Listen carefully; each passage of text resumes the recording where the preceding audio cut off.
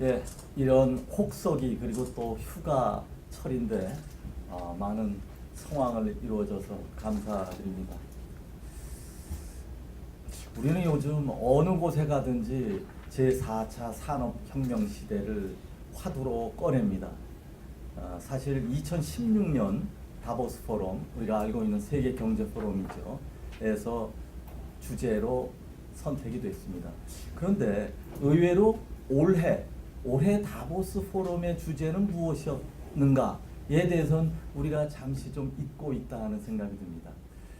제4차 산업혁명이 기술과 산업, 경제의 변화를 가져오는 논의라 한다면은 올해 다보스 포럼의 주제는 Responsive and Responsibility 라고 하는 그런 리더십의 문제였습니다. 결국 소통과 책무의 리더십이었죠. 그런데 저는 요즘 이런 생각을 합니다.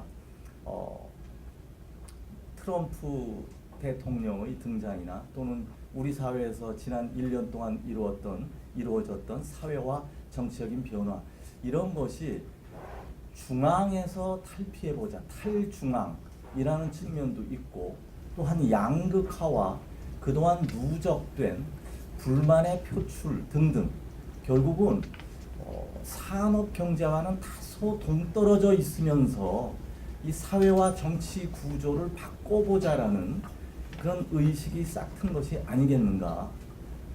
그래서 오늘 우리가 논의할 이 블록체인의 문제도 어쩌면은 이것이 단순히 기술 또는 화폐의 한 종류, 이것을 떠나서 사회와 정치 구도를 바꾸는 동력의 원천이 될 것이다, 이런 생각을 하게 됩니다. 그래서 어쩌면 앞으로 수년 후에는 블록체인 시대의 개막, 이런 소재도 등장하지 않을까 하는 생각입니다. 경제적 측면에서는 WEF가 다음과 같이 예상을 했더군요. 2025년까지 세계 GDP의 10%인 한 8조 달러가 블록체인 플랫폼에서 발생할 것이다 라는 전망도 내놓고 있습니다. 미국 나스닥에서 증권 거래에부터 시작해서 정산까지 3일 걸리던 것이 10분에 단축시키는데 성공했다. 이 블록체인 시스템을 활용해서요. 중국 역시 지난해 제13차 5개년 계획에서 블록체인 기술을 국가 정책의 일환으로 지원하겠다라는 발표를 한 바 있습니다.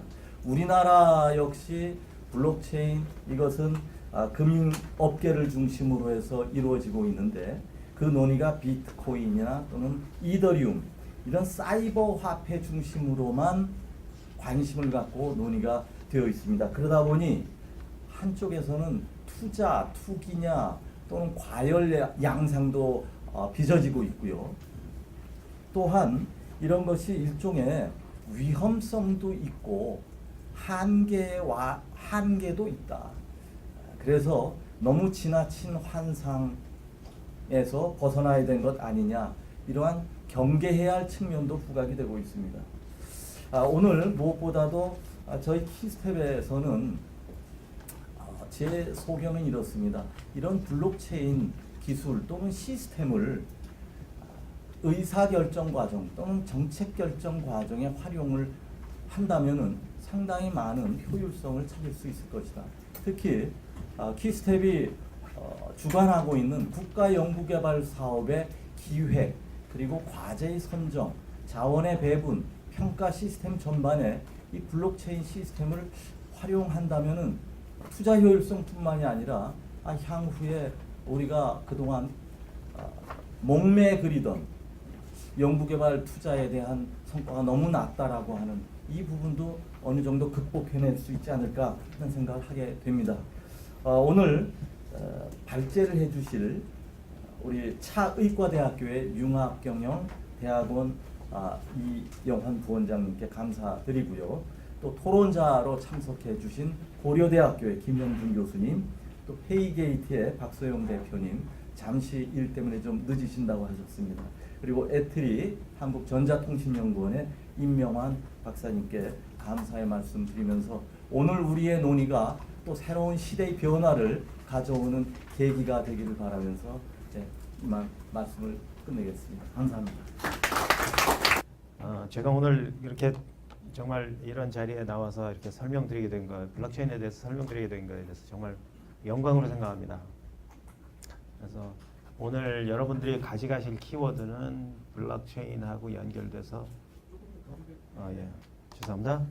블록체인하고 연결돼서 블록체인이 주는 신뢰 시스템에 대해서 이제 여러분들이 좀 이해를 하고 가셨으면 좋겠어요.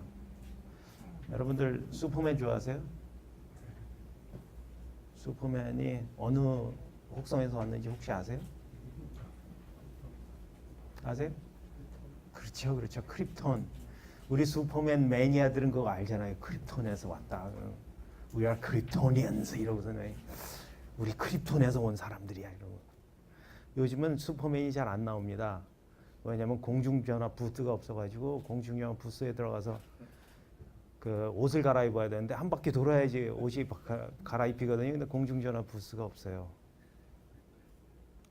지난주에 제가 제주도에 그 휴가를 갔다 왔는데 제가 저 슈퍼맨 장난을 되게 좋아합니다. 그래서 슈퍼맨 그 비치에 좀 들어가가지고 슈퍼맨 장난을 이렇게 슈퍼맨 이러면서 날르는 걸 열심히 했는데 날르다 보니까 제가 지갑을 수영복이 요즘 주머니 있는 수영복이 있어서 수영복에다 지갑을 그 주머니에다 넣었다가 그냥 지갑이 그냥 물에 쓸려 들어갔어요.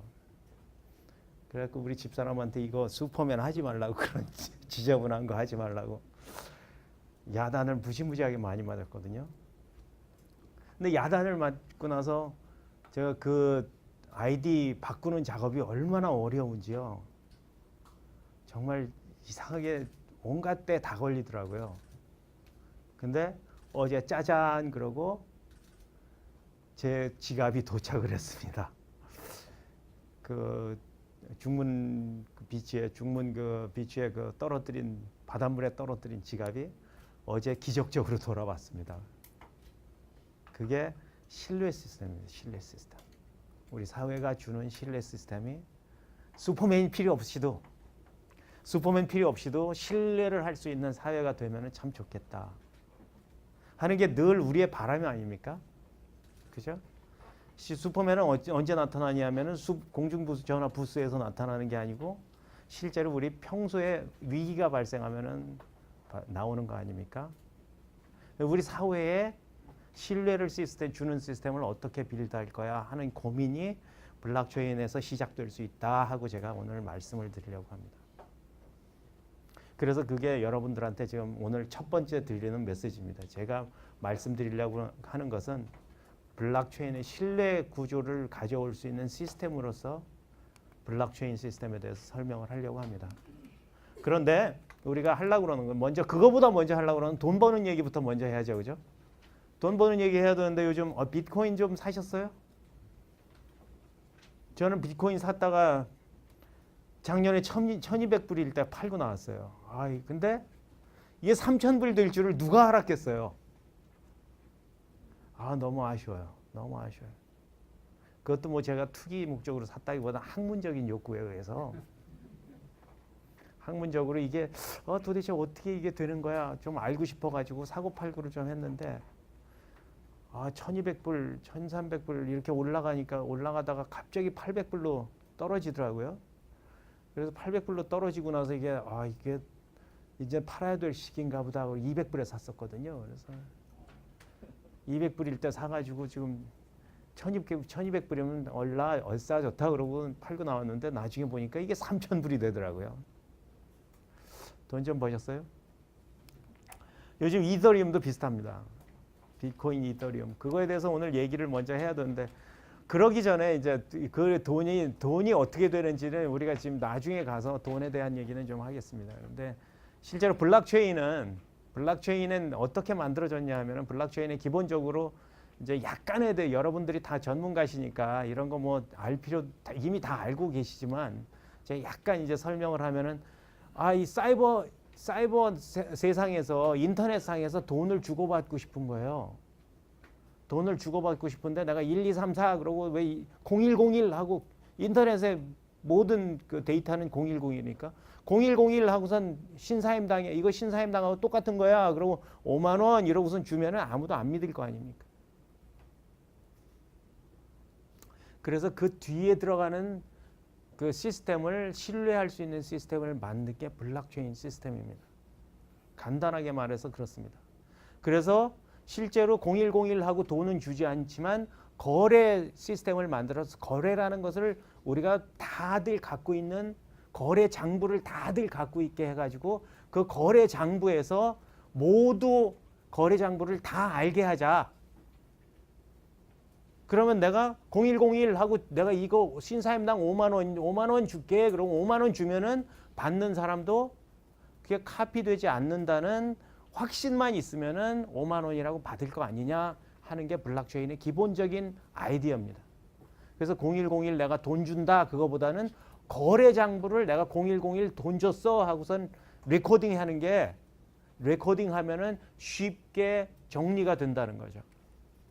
그게 기본적인 아이디어입니다. 여러분들이 기본적인 아이디어를 아시면 이제 우리가 기억을 할게. 그럼 디지털 화폐를 어떻게 디지털 화폐는 이 세상에 몇 개나 있어? 어떤 게 있어?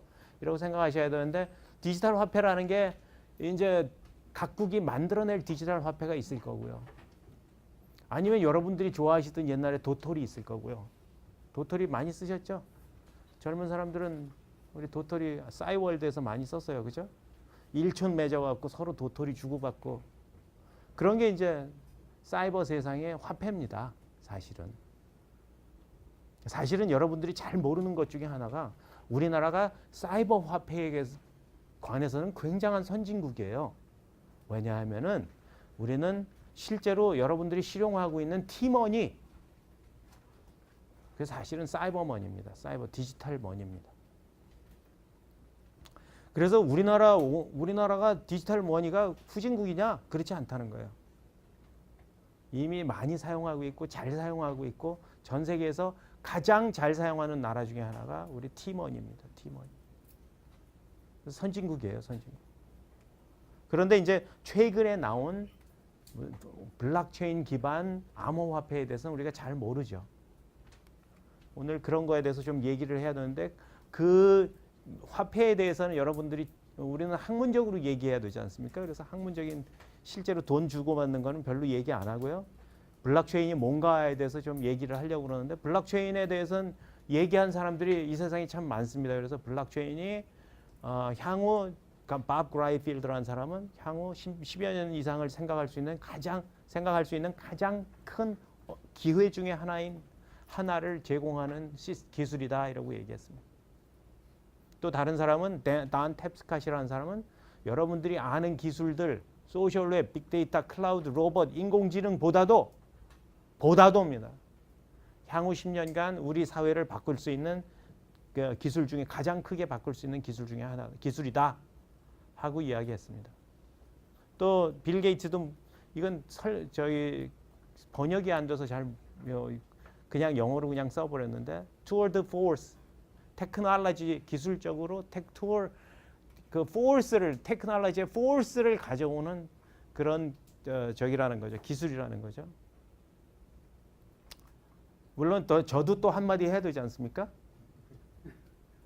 왜냐하면 빌 게이츠하고 저하고 생각할 때 제가 다소 잘생겨가지고 생긴 거로 얘기하면 한마디 할 그 권한이 되는 것 같아요. 그래서 저는 어떻게 얘기하냐면 작년까지는 모든 것의 인프라다. 인프라 of everything이다 이라고 얘기했는데 사실 조금 더 자세하게 얘기하면 모든 것에 신뢰를 제공할 수 있는 인프라다 이라고 얘기할 수 있습니다. 그래서 블록체인이 그렇게 블록체인인데 블록체인이 어떻게 돌아가는지 하는 거는 잠깐 여러분들 다 전문가니까 다 아시겠지만 잠깐 설명을 하면은 블록체인은 다 같은 장부를 갖고 있는 시스템이라고 말씀을 드렸습니다. 다 같은 시스템, 같은 장부를 갖고 있는데 장부를 어떻게 보관을 하냐면 블록이라는 거로 한 블록을 만들어서 데이터베이스를 블록이라는 어떤 그 청크로 만들어서 저장을 합니다. 그래서 여기서 지금 보시면은 예제에서 보시면은 굉장히 누구나 다 쓰는 예제인데 갑순이가 갑돌이한테 돈을 송금을 합니다. 송금을 하면은 어떻게 되냐면은 거기서 그 여러 그 저기 중에 그 노드를 가지고 그 인터넷에 그 네트워크에 연결돼 블록체인 네트워크에 연결돼 있는 사람들 중에 하나가 내가 블록 만들게 그러고서 손을 듭니다. 그럼 다 손을 들 수 있잖아요. 왜냐하면 손을 들 때 블록을 만들 권리를 가지면은 보너스를 줍니다. 보너스 주는 게 다 손들어서 내가 만들게 그러고 보너스를 주면은 곤란하니까 그 중에 한 명만 고르는 프로세스를 거칩니다. 그게 컨센서스 메커니즘이라고 하는데 컨센서스 메커니즘을 거쳐서 한 사람만 정하게 됩니다. 한 사람이 정해져서 너 블록 만들어 그럼 그 사람이 블록을 만드는 겁니다. 여러분들한테 제가 오늘 얘기를 할 때 아무도 해킹할 수 없고 고칠 수 없기 때문에 이게 신뢰를 주는 시스템이라고 말씀을 드리는데 제가 뒤에 가면 해킹 당하는 얘기를 합니다. 오늘 반전이 조금씩 있습니다. 그래서 여러분들이 집중을 좀 해주셔야 돼요. 그래서 블록체인은 어떻게 생겼냐면 블록체인은 지금 말씀드린 것처럼 비트코인을 디자인하기 위해서 만든 시스템이에요. 그래서 비트코인을 만들기 위해서 뒤에 돌아가는 원장 시스템인데 원장 시스템이 어떤 특징을 가지냐면 모든 거래를 기록하고 저장하는 기술이다 이렇게 보시면 맞는데 어떤 특징을 갖냐면은 이게 한 번 들어가면 다시 고칠 수가 없습니다. 왜냐하면 퍼즐이기 때문에 퍼즐 꼭지 한 번 만들어지면 그 꼭지는 거기에만 들어가게 만들어지는 거예요. 그래서 다시 되돌릴 수가 없는 겁니다. 그리고 거래자들은 서로 퍼블릭 키에 의해서 이제 열쇠를 두 개 주는데 하나는 개인 키고 하나는 주소 키입니다. 퍼블릭 키라고 그러는데 주소 키로 서로 커뮤니케이션을 하게 되어 있습니다. 그게 여러분들이 꼭 기억하셔야 되는 거는 사람들이 잘 모르는 거는 그러면은 이게 익명성을 주는 거야 하고 알고 계신데 사실은 익명성을 주는 게 아니고 가명성을 주는 겁니다. 나중에 이제 가명성을 주는 게 어떤 건지 하는 거에 대해서는 저기를 한번 디스커션을 해야 되는데 가명성이라 하면 내가 네이버에서 가명을 기평이 이러고서 쓰면은 그게 가명이 되는 겁니다. 그런데 데이터를 다 충분히 들여다보면 여러 기평이라는 이름의 데이터가 다 충분히 많이 모아지면은 실명이 누군지 알 수 있게 되는 그런 게 가명성입니다. 그래서 블록체인이 잘못 아시는 것 중에 하나는 익명성을 주는 시스템은 아닙니다. 가명성을 줍니다. 나중에 이제 범죄하고 얘기할 때 그 얘기를 좀 해야 됩니다. 그 다음에 네트워크 환경에서 이 시스템에서 신뢰를 제공하는 게 가장 크고요. P2P로 참여자들 사이에 가치를 전송하기 위해서 만들어진 시스템입니다. 블록체인의 장점은 여러 가지가 있는데 그 중에 투명성, 자기 부인 방지, 확장성, 보안성, 탈중계성 이런 것들이 있는데 그 중에 저는 그런 것들이 다 합쳐서 신뢰성을 주는 시스템이다 이렇게 말씀을 드리고 싶습니다. 이 밑에 있는 그림을 보시면 그림은 옛날에 나중에 보면 범죄에 사용된 네트워크 뭐였죠? 실크로드라는 네트워크를 트레이스한 그림입니다. 그래서 나중에 보시면 이게 가명성이 어떤 의미를 갖는지 조금 설명이 될 겁니다. 왜냐하면 어떤 거래가 있으면 거래가 지워지지 않기 때문에 영원히 남습니다. 영원히 남게 되면은 데이터가 충분히 쌓이게 되면은 그 사람이 누군지 적시를 할 수 있습니다. 그럼 적시하게 되면은 고구마 줄기 나오듯이 쭉 끓여 나오는 거예요. 그림이 쫙 그려지기 때문에. 자, 그런데 그 블록체인의 이런 신뢰성을 기반으로 해갖고 우리가 할 수 있는 게 뭐냐 하면은 경제 시스템에서는 영국 정부에서 영국 영란은행에서 작년에 거시경제에 대해서 거시경제 영향력에 대해서 보고서를 낸 적이 있습니다. 그래서 보고서를 냈는데 이 사람들이 되게 재밌는 건 영국 영란은행에서 보고서를 냈는데 미국 경제에 대해서 시뮬레이션을 했어요. 그래서 시뮬레이션을 해가지고 냈는데 GDP가 3% 증가하는 효과가 있다. 어떤 때 그런 경우가 있느냐 하면은 GDP의 30%를 디지털 화폐로 발행을 할 수 있으면은 하고 이야기를 합니다. 물론 그게 쉬운 말은 아닙니다. 그러면은 GDP가 3% 증가하는 효과가 있다 이러고 이야기합니다. 그래서 이제 각국들이 영란은행은 디지털 화폐를 우리가 발행을 할 수 있다고 하면은 그러고선 보고서를 냈는데 각국마다 각 중앙은행들이 디지털 화폐를 연구하고 있습니다. 사실은. 예컨대 싱가포르는 이미 이더리움 기반으로 화폐를 연동을 했고요. 그 다음에 스웨덴 은행은 2019년까지 디지털 화폐를 발행을 하겠다고 저기를 했고요. 공개적으로 프로젝트를 진행을 하고 있고요. 영란은행, 인민은행, 중국 인민은행 다 하겠다고 선언하고 검토하고 있습니다. 그다음에 이제 러시아 중앙은행도 검토 중인데 하나 꼭 기억하셔야 되는 거는 이게 다 이렇게 될 수 있다고 얘기하는 게 아직은 검토하는 거기 때문에 이게 실제로 될 수 있는지는 한번 봐야 됩니다. 왜냐하면은 캐나다 은행은 포기했습니다. 재작년에 연구해서 한 2, 3년 전에 연구해서 작년에 결론 내고 그동안 테스트하던 플랫폼을 팔아버렸습니다. 불가능하다고 생각을 한 거죠. 가능하다, 불가능하다는 여러 가지 의견이 나뉠 수 있습니다. 하지만 지금은 다소 부족할 수도 있다 이렇게 생각하시면 맞습니다. 이제 포기한 나라는 바보냐, 아니면 지금 하고 있는 나라는 바보냐 이게 아니고 장단점이 있기 때문에 보완이 확실하게 필요한 게 저 데이터에서 이 장표에서 보여주는 거죠. 옐렌 중앙은행 의장도 지불준비은행 의장이죠. 지불준비은행 의장도 중앙은행 연례 행사에서 우리가 블록체인 해야 된다. 블록체인 꼭 들여다보자. 이라고 얘기할 정도로 굉장히 중요한 기술 중에 하나로 생각이 되고 있습니다. 경제적으로는 그렇죠. 사회적으로도 그렇습니다. 사회적으로도 우리가 여러 가지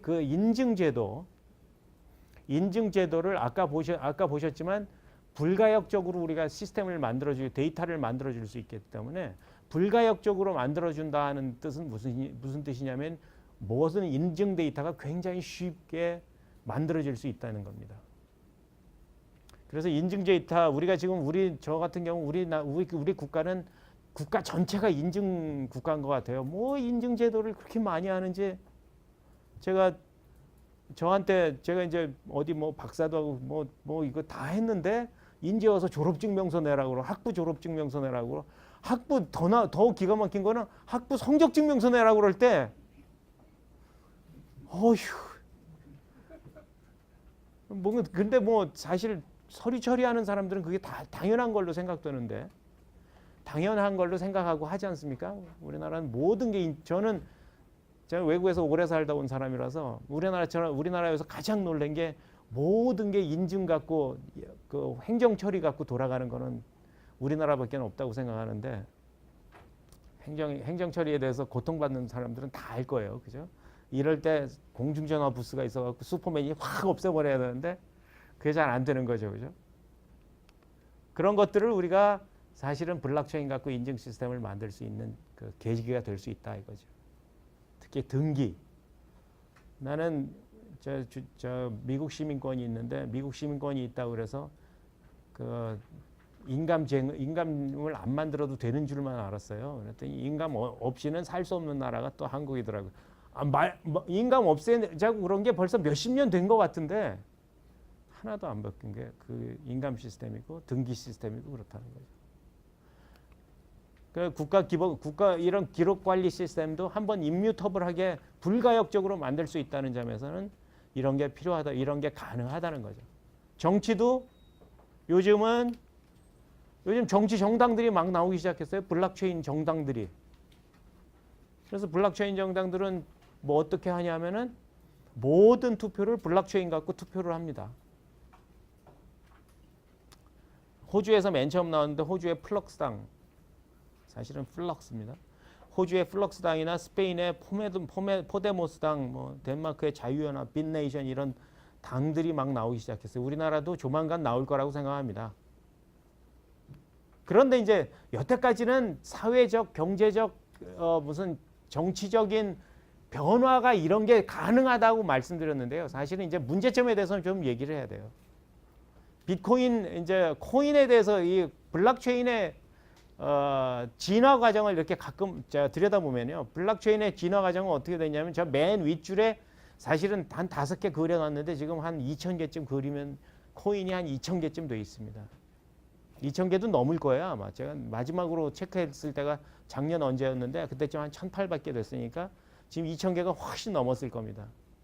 그래서 그 코인을 마구마구 발행하고 있는데 그것들이 지금 쭉 해갖고 암호화폐 만들다가 암호화폐 실제로 계속 만들어지고 있고 또 하나는 암호화폐 만들다 보니까 이거를 아까처럼 이제 자산 등기하는 데 쓸 수 있구나 하는 걸 알게 되죠.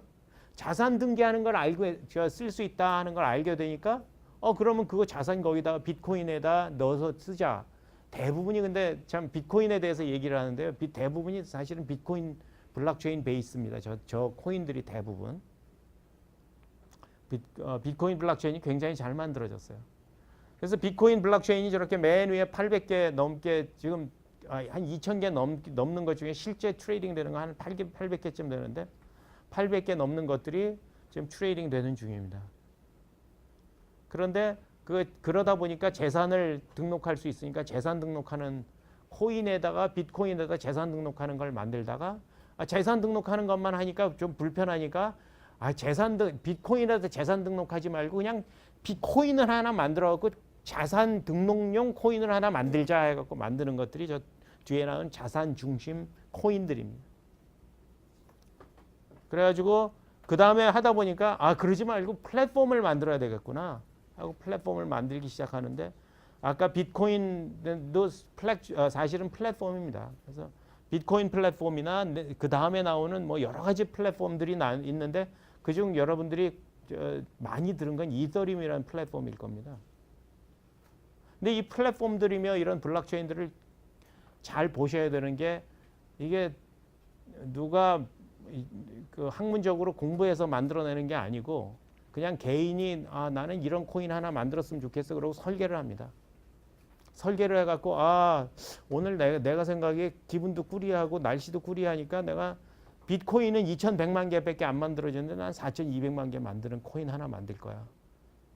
이렇게 하면 비트코인 소스 코드가 오픈 소스이기 때문에 다운로드 해갖고 그냥 파라미터 고쳐갖고 만들면 됩니다. 실제로 코인 만드는 거는 여러분들이 저한테 와서 밥 한 번 사시면 2시간이면 만들어 드립니다. 밥 안 사시면 제가 안 만들어 드리고요. 코인을 그래서 저기 2,000개 넘는 코인이 아니고 실제로는 나 같은 사람이 만들었다 그러면 전 세계 저 같은 사람이 한 사람이 있는 건 아닐 거 아니에요. 수만 명이 있을 거 아니에요. 수십만 명이 있거나. 그럼 그 사람들이 하나씩 만들었으면 수십만 개도 가능하다는 거죠. 그런데 이제 실제로 만들어진 것들이 설계자의 설계 사상이 있어서 그 설계 사상을 다른 사람들이 이해를 하고 내가 네 코인 갖다 쓸게 하면 실제로 트레이딩이 되는 겁니다. 그러면 그 위험이 뭐가 있을까요? 증명이 안 되는 거예요. 증명이.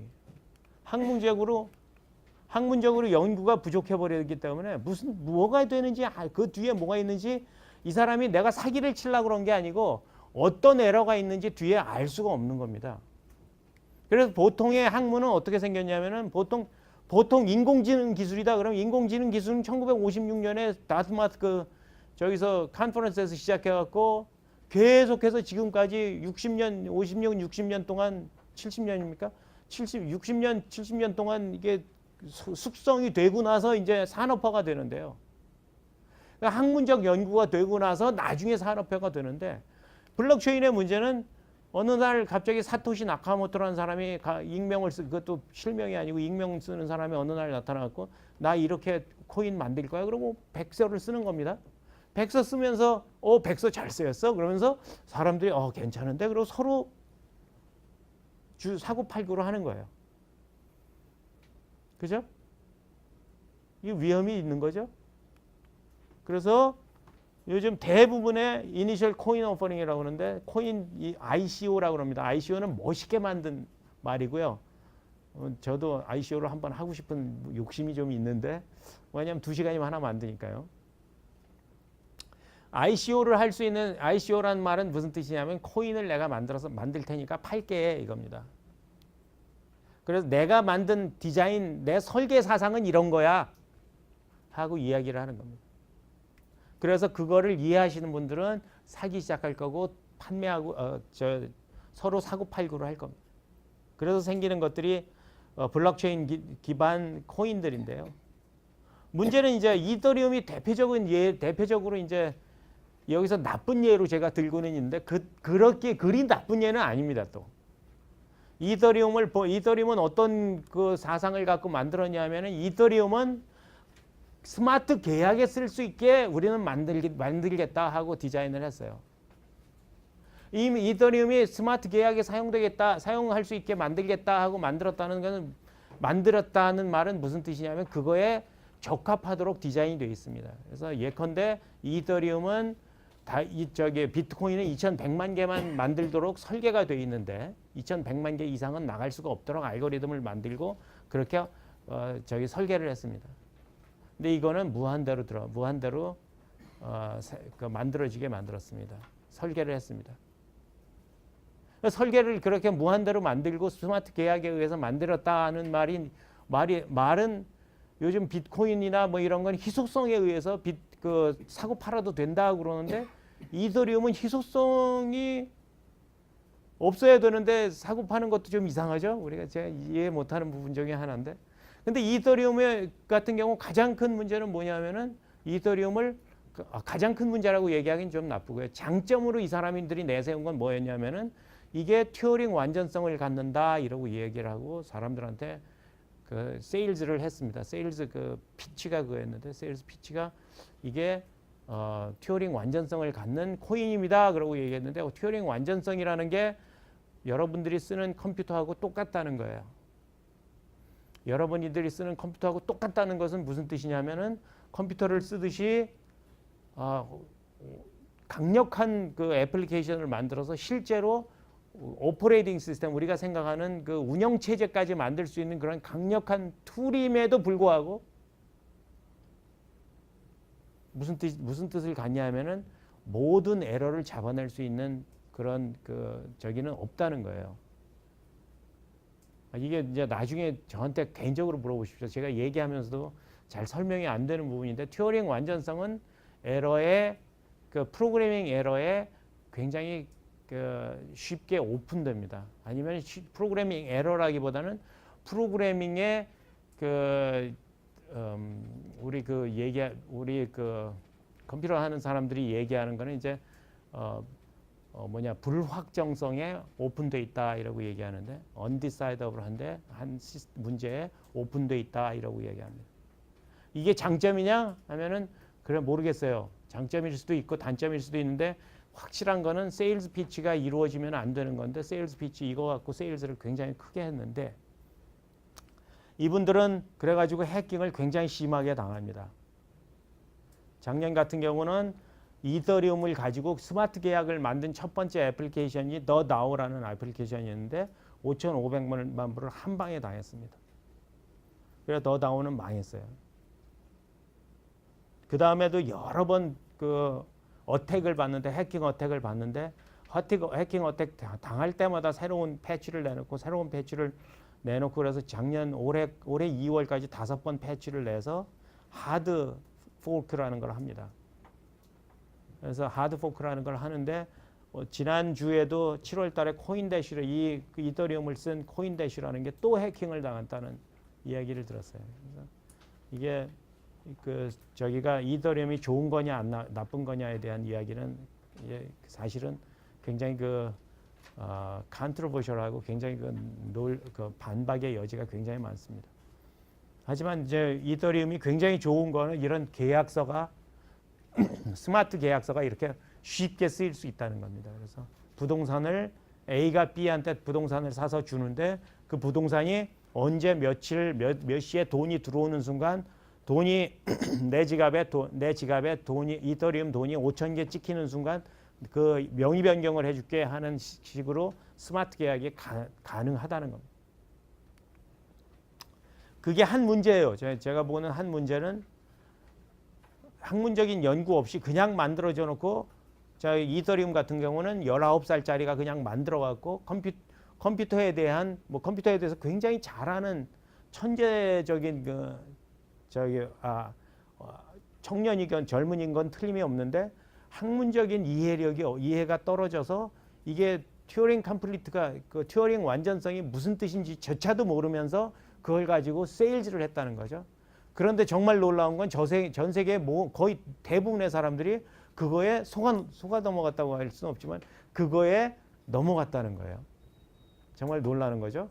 저한테 와서 물어보지도 않았다는 게 전 세계 사람들의 문제는 그거 같아요. 저한테 와서 물어봤으면 제가 확실하게 대답을 해줬어야 되는데.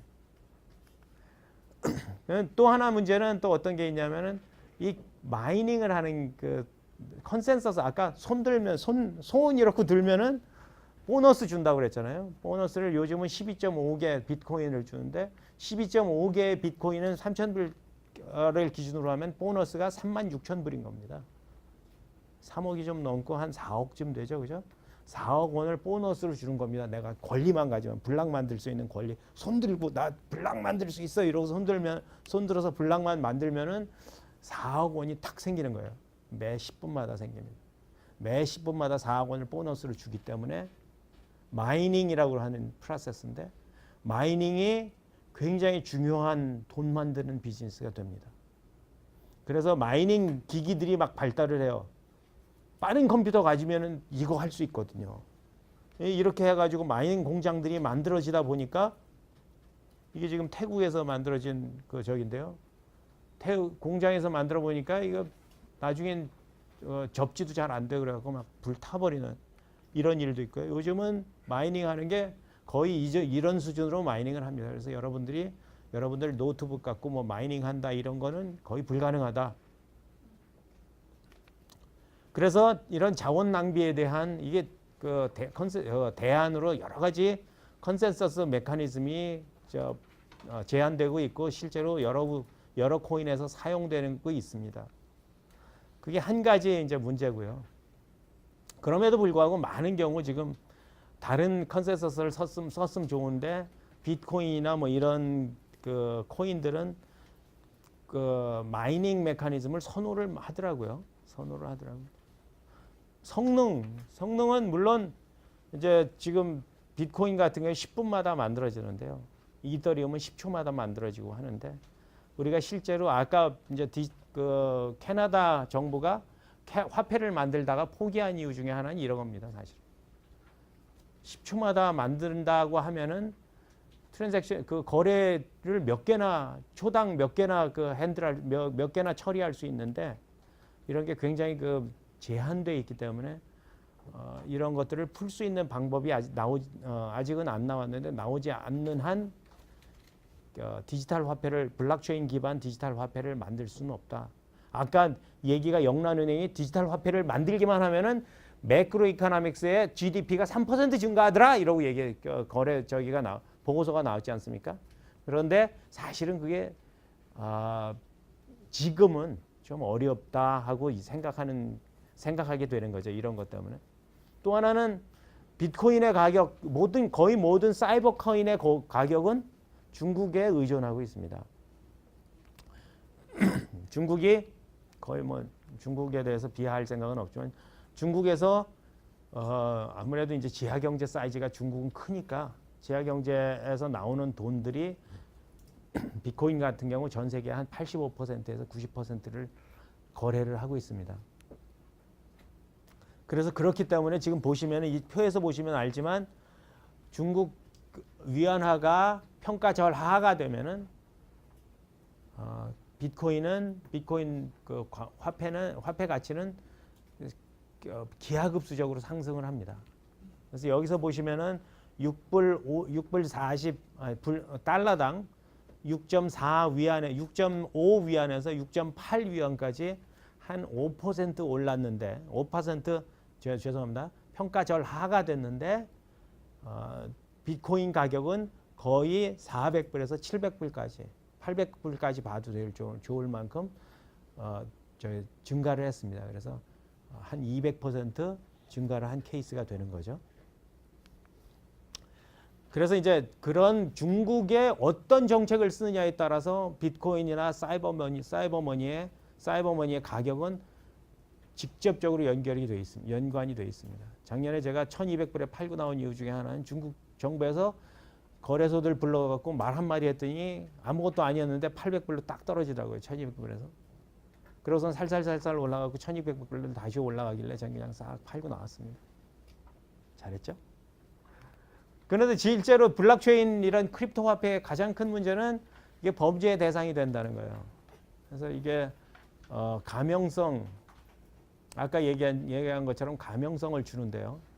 이게 사람들이 잘못 생각해서 이제 익명성으로 생각하고 있는데 열심히 뒤져보면은 사람을 적시해낼 수 있다는 게 가명성입니다. 사실 제가 네이버에서 이영환이라는 이름 안 쓰고 기평이라는 이름을 썼다 그러면 다른 주변 데이터를 다 합쳐갖고 다 합쳐보니까 이 양반은 기평이라는 이름은 이영환이라는 사람이더라. 이러고선 그 적시가 되는 게 가명성입니다. 그래서 가명성을 주는 거지 익명성을 주는 게 아니기 때문에 그래서 쉽게 우리가 추적을 열심히 하면은 추적을 누군가가 열심히 하면은 찾아낼 수 있는데 한번 찾아내면 이제 고구마 줄기가 되는 거죠. 근데 이제 실크로드라는 그 웹사이트가 대표적인 케이스인데 범죄에 사용된 대표적인 케이스인데 주로 총기류나 뭐 마약이나 뭐 이런 것들을 굉장히 많이 팔아서 이때 그 FBI가 그 이 사람들을 그 저기를 했을 때 체포했을 때 여기 사이트를 크랙다운했을 때 여기 매출이 연 매출이 2 빌리언 달러였다고 그럽니다. 그러니까 2조였다고 합니다. 2조. 엄청난 거죠. 마약 주고파는 사이트로. 또 이게 블록체인 같은 경우 마운트 꺽스라는 게 있는데 마운트 꺽스라는 게 굉장히 그 티피컬한 그 해킹의 예인데 이게 범죄에 사용되는 건 그런대로 뭐 괜찮은데 마운트 꺽스라는 건 어떻게 생겼냐면 이게 티피컬하게 해킹되는 그 왜 이게 해킹되는지를 설명하는 예가 됩니다. 그래서 이런 비트코인 아까 말씀드린 것처럼 블록체인이 해킹 안 당한다며 제가 말씀드렸어요. 블록체인 안 당한다고 실컷 얘기했는데 여기 해킹 당했대. 왜 해킹을 당하냐면요. 내가 내 주머니에다가 돈 안 넣어놓고 남의 주머니에 돈 넣어놓으면 해킹 당하게 되어 있습니다. 제가 여기가 돈이 있습니다. 근데 돈을 내 주머니에다 이렇게 넣어놔야 되는데 남의 주머니에 안 넣어놓고 저기다가 갖다 주는 거예요. 왜냐하면 저분이 꼭 저기 하는 것 같아서 주는 것 같으니까. 그래서 거기다가 돈을 넣어놓고 있으면은 제 돈은 그분은 갖다 쓰게 되어 있습니다. 여러분들이 그 서비스를 잘 보셔야 되는데 여러분들이 쓰시는 그 코인 거래소는 대부분 웹 월렛을 줍니다. 웹 월렛을 주는데 웹 월렛은 어떻게 생겼냐면은 그 사람 주머니에다가 만들어 놓는 월렛입니다. 여러분들 월렛이 아닙니다. 그래서 그걸 모르시는 분들이 그걸 거기다 넣어놓고 털렸다 그러고 왜 이거 털리냐? 안 털린다고 그랬는데 왜냐하면은 여러분들이 남의 월렛에 집어넣으면 털리는 겁니다. 이 마운트 꺽스 같은 경우는 저희가 그 회사 요즘은 그 거래소라는 비즈니스를 좀 생각해 보셔야 되는데 거래소가 대부분 세 사람이 하는 비즈니스입니다. 한 2, 3년 전까지만 해도 우리나라도 세 사람이 하는 비즈니스가 많았습니다. 지금은 뭐 많이 커져서 한 4, 50명이 하는 비즈니스들이 됐는데 세 사람이 하는 비즈니스는 뭐냐면 한 사람은 CEO고 한 사람은 CTO고 마지막 한 사람은 알바입니다. 알바가 가만히 들여다보니까 돈이 왔다 갔다 하는 건 1조씩 왔다 갔다 하는데 보면은 자기는 시급 10,000원 받고 있어요. 그럼 어떻게 할 것 같아요? 털죠. 그죠? 털죠. 근데 우리나라뿐만이 아니는 거예요. 저게 지금 사실. 우리나라는 최근에 사고가 조금 나긴 했는데 저 3명이 있으면은 보안도 안 되고 되는 건 아무것도 없습니다. 그래서 이 마운트 꺽스 같은 경우는 어떻게 돼 있었냐면은 저기가 그 마크 카펠라스라는 사람이 사실은 사기꾼이었어요. CEO가 사기꾼이에요. 이건 알바가 사기꾼이 아니고 CEO가 사기꾼이라서 이 사람이 제가 보기에는 아니면 다들 그렇게 생각을 하는데 CEO가 턴 겁니다. 여러분들이 그 회사 주머니에다 넣어놓은 거예요, 돈을. 그럼 그 회사 CEO가 사기꾼이면 그냥 사기꾼 당해요. 이 거래소는 금융회사가 아니기 때문에 그렇습니다. 지금 시간이 다 됐다고 그러니까 조금 넘어가겠습니다. 우리 빨리 넘어가겠습니다. 거의 모든 거래소가 해킹을 당해갖고 지금까지 3분의 1에 해당되는 그 거래소가 털렸습니다. 그리고 반이 문을 닫았어요. 계속해서 그런 일이 벌어질 거고 벌어지게 돼 있습니다. 거기다 또 폰지 사기까지 여기 또 저기를 해가지고 지난번에 여러분들 원코인이라는 얘기 들으셨을 거예요. 원코인은 사기입니다, 사기. 그냥 폰지 사기입니다. 이미 저기까지 됐는데도 사람들 오로라 코인이라는 것도 또 그렇습니다. 오로라 코인이라는 것도 그 아이슬란드의 그 전 국민 상대로 사기친 케이스입니다. 코인 발행한다고 사기쳐. 거기다 자금 세탁 통로로 사용되고 있고 랜섬웨어 나야나 보셨으면 알겠지만 나야나 돈 털리면서 어디로 털려요? 비트코인으로 털립니다. 이제 거기다 더 나쁜 거는 비트코인 이 ICO 저기 영역은 대부분 규제가 없습니다. 이 그 코인 거래소는 규제가 없습니다. 전 세계에서 규제가 없습니다. 그럼 이걸 규제를 해야 되냐? 규제를 하고 싶은 나라들이 있어요. 미국 같은 경우. 미국 뉴욕이 첫 번째 규제 법을 라이선스법을 만들었는데 라이선스 만들자마자 코인 거래소는 다 캘리포니아로 도망갔습니다. 캘리포니아에서 법 만드니까 그때부터 데모하고 있습니다. 대부분 비정상적이고 코인 발행하는 게 옛날 그 골드러시하고 비슷합니다. 옛날 지금 어떤 사람들은 튤립 크러쉬하고 비슷할 거라고 그러는데 그만큼 굉장히 어렵습니다. 그리고 규제 준수도 우리가 이게 금융회사들이 아니기 때문에 금융회사들이 해야 되는 여러 가지 규제가 있거든요. 팔로우해야 되는 그 규제들이 자금 세탁 방지법이나 고객 파악 규정 뭐 이런 개인정보 보호법 아니면은 right to be forgotten 이런 것들이 다 저희 금융 사업자들은 다 하고 정보 사업자들은 다 해야 되는데 이런 게 세 명이서 하니까 거의 불가능한 저희가 되는 거죠. 블록체인에 대한 미래 예상은 그럼에도 불구하고 여러 가지 문제점 처음에 장점을 얘기했고 그 다음에 이제 두 번째는 이제 이게 문제점에 대해서 얘기했는데 그럼에도 불구하고 블록체인은 사실은 4차 산업혁명의 기본이 되는 신뢰를 만들어주는 그런 신뢰 시스템으로서 가장 좋은 기술일 거다 저는 이렇게 생각합니다. 이더리움 같은 경우도 지금 이더리움의 단점을 굉장히 심하게 얘기했는데요. 그렇다고 하더라도 이더리움도 굉장히 좋은 시스템이다 이렇게 생각을 하고요. 우리가 이거 보시면은 디지털 가치를 교환하는 그 블록체인 기술에서부터 시작해가지고 분산 자율 사회까지 스마트 계약에서 돌아가는 분산 자율 사회까지 진화할 수 있는 그런 기반 기술이 될 수 있다 하고 말씀드릴 수 있습니다. 국가적인 전략은 어떻게 해야 되냐? 국가적인 전략은 우리가 어느 것에 집중을 해야 되냐 하는 것에 대해서 좀 생각을 해야 되는데요. 저 같은 경우는 작년에 W3C라는 그 커뮤니티 그룹을 우리끼리 만들어서 전 세계 그룹들을 리드를 하기 시작했습니다. 그래서 다행히 이게 참 블록체인이 되게 재밌는 그 기술인 게 이제 사토시 나카모토가 만든 제안서 낸 게 2008년이고 실제로 2009년에 비트코인 처음 만들어지면서 처음 임플리먼트가 됐는데요. 이제 8년밖에 안 된 기술입니다. 그래서 전 세계에서 제대로 알고 있는 사람도 거의 없습니다. 저만큼 강의할 수 있는 사람도 몇 명 안 된다. 이 얘기하는 거예요. 그죠?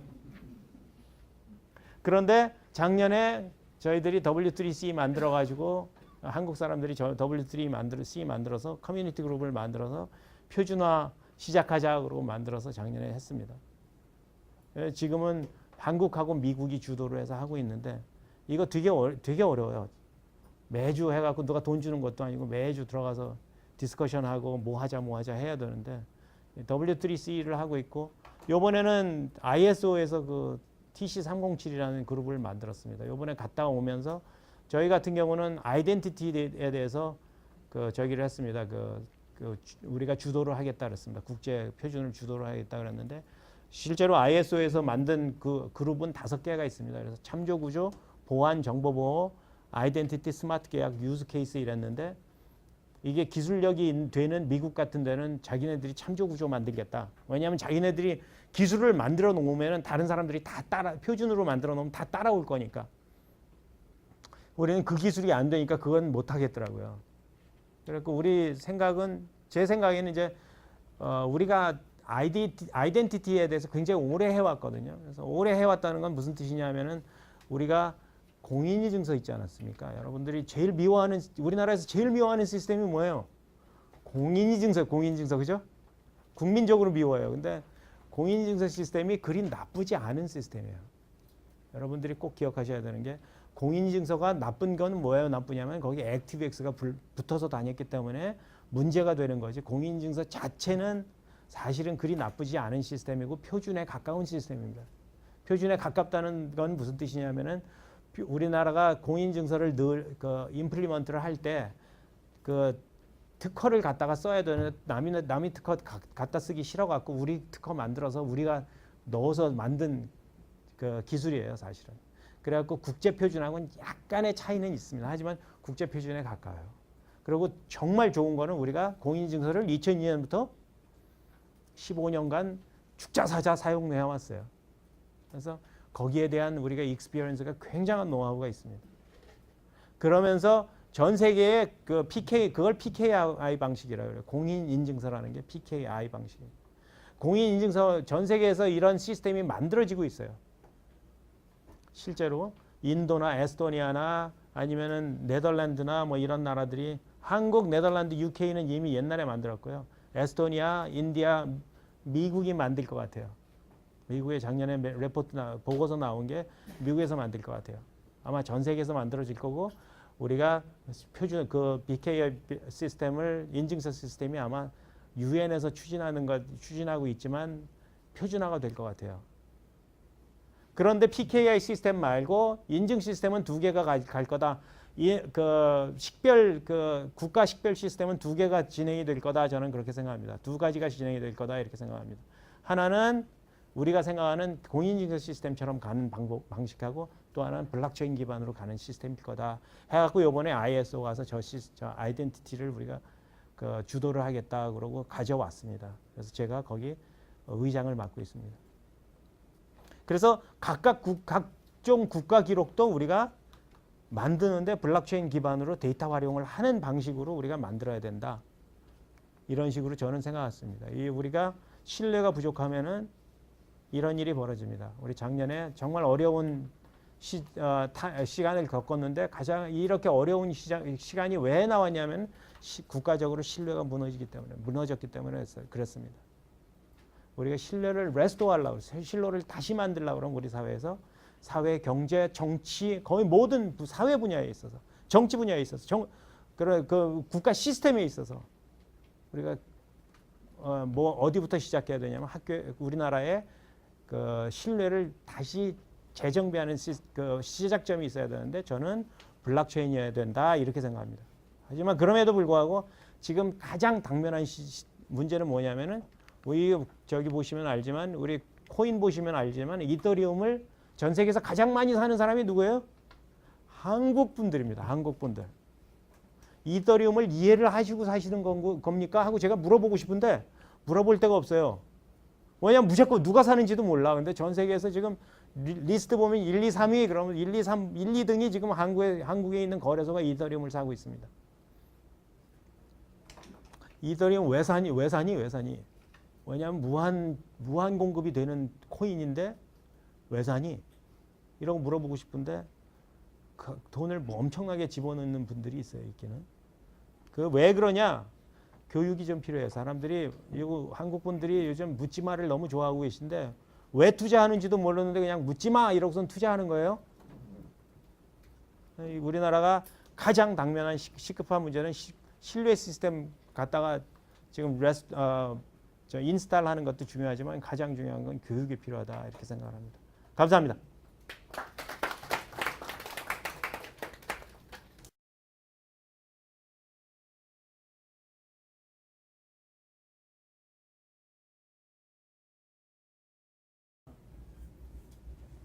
제 개인적인 견해로는 블록체인이 정말 유망한 기술인지 분명하지가 않다는 겁니다.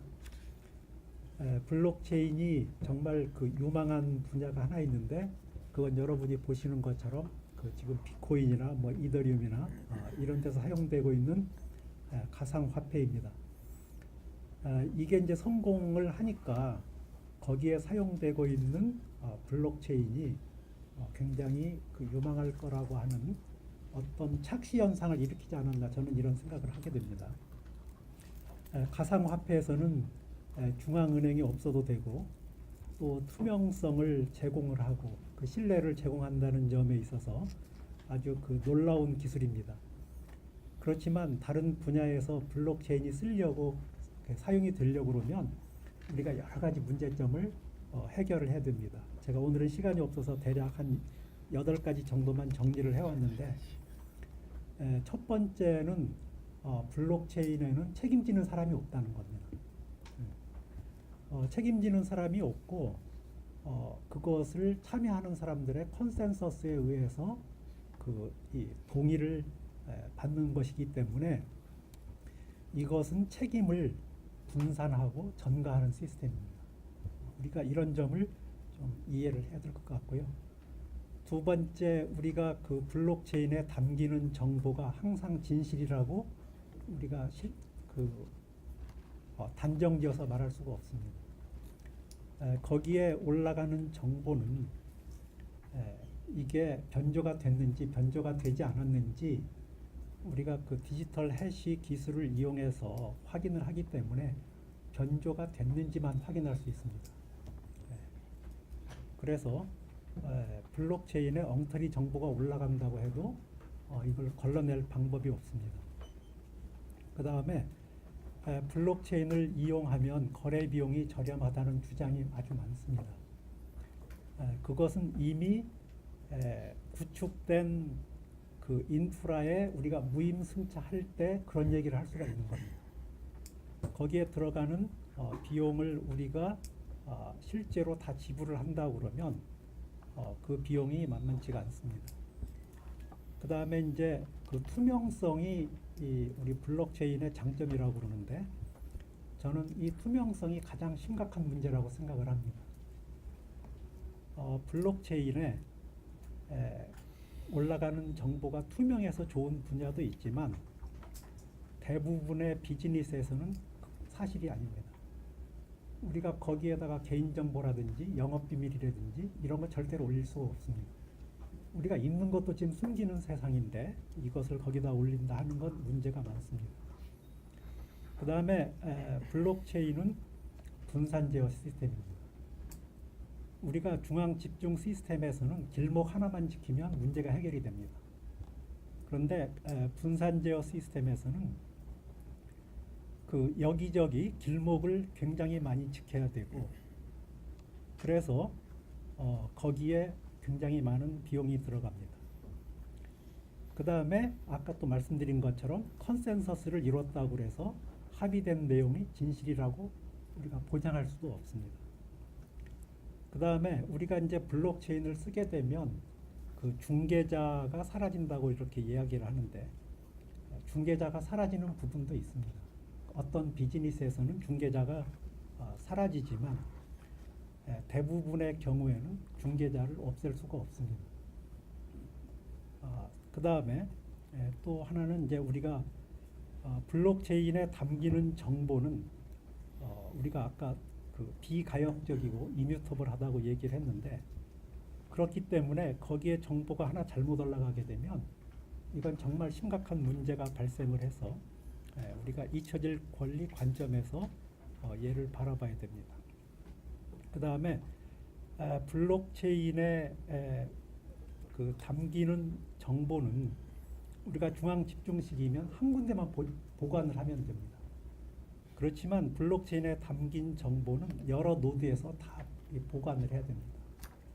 특별히 여기는 거래 당사자의 정보만 담기는 것이 아니고 거래 당사자가 아닌 사람의 정보도 다 거기다 올려야 됩니다. 그리고 블록체인은 어떤 포맷에 의해서 거기다 정보를 올렸기 때문에 내가 막상 그 정보를 이용해서 비즈니스를 하려고 그러면 다시 거기에 있는 정보를 내가 다 추려가지고 내 비즈니스에 맞게 다시 포매팅을 해야 되는 그런 불편함이 따르게 됩니다. 그래서 블록체인이 유망한 분야는 아주 제한적이고, 그래서 이제 블록체인에 관련해서 이제 그 많은 글을 쓰고 있는 그 기디언 그린스펀이라고 하는 사람의 말에 따르면 블록체인을 써서 유망한 분야가 한 5가지 정도 있는데, 그 분야가 예를 들면 그 라이트웨이트 파이낸스 같은 경우에, 그 다음에 우리가 원조 추적한다고 그러죠. 뭐 다이아몬드의 그 유통 과정을 추적한다고 하는 그런 그 프로버넌스 트레이싱 같은 경우에, 그 다음에 기관 간 기록 보관, 그 다음에 타자 공유, 뭐 이런 분야에 얘네들이 유망하다. 물론 이 사람의 말이 뭐 다 그 옳은 건 아니지만,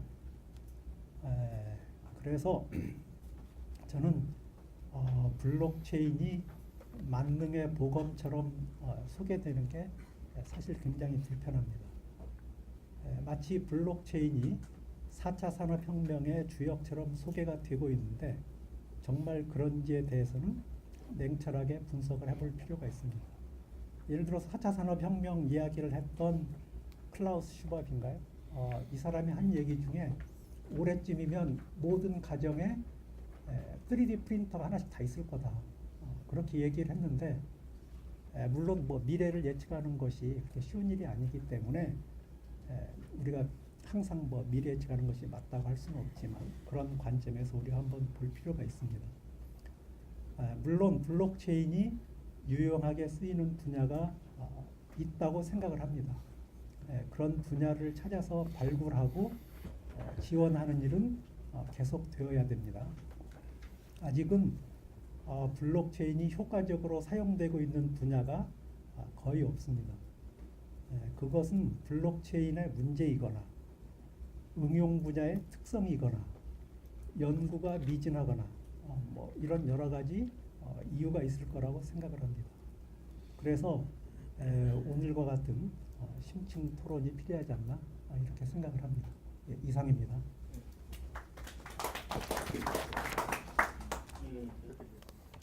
네, 오늘 발제하신 그 이영환 교수님이나 김영미 교수님이 블록체인의 특징과 여러 가지 말씀하셨는데, 특히 이제 저도 우려되는 그 단점 부분들, 또 문제가 되는 부분들을 언급하셨기 때문에 저는 그 부분은 좀 줄이고, 제가 특징 내지는 장점, 또 경제사회 문제 측면에서 좀 얘기를 드리겠습니다.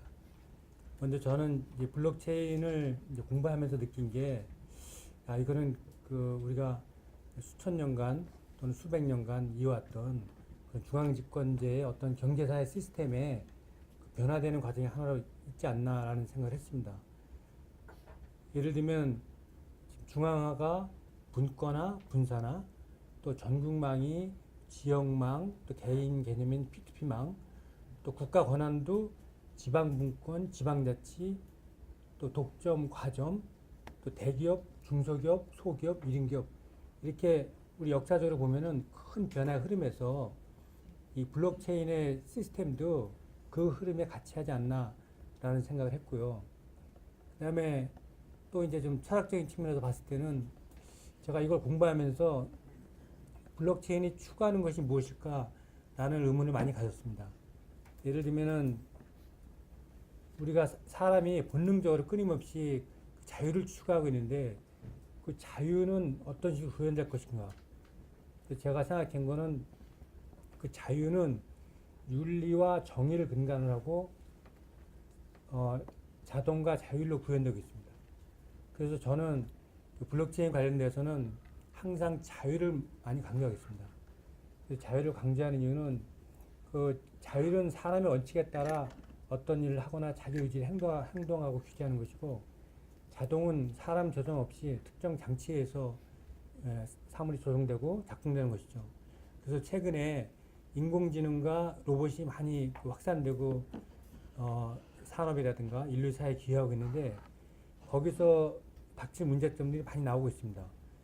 예를 들면은 그 그 자율주행 자동차가 사고 났을 때 과연 그 생명윤리를 존중하는 차원에서 운전자와 탑승자와 보행자 그 세 가지 인간을 어떻게 프로텍션 할 것인지 그 생명윤리 근거에서 알고리즘 짜면 되겠지만 그런 문제점에 본질적으로 다가서는 게 블록체인 그 사상 내지는 블록체인 철학을 집어넣으면 어느 정도 되지 않을까 생각해서 특히 이제 작년에 물론 이제 아까 교수님도 앞에 했지만 실패로 끝났지만 다오 사례가 다오가 뒤에 중간 A가 오토노머스 그러니까 분산 자율 조직이라는 의미죠.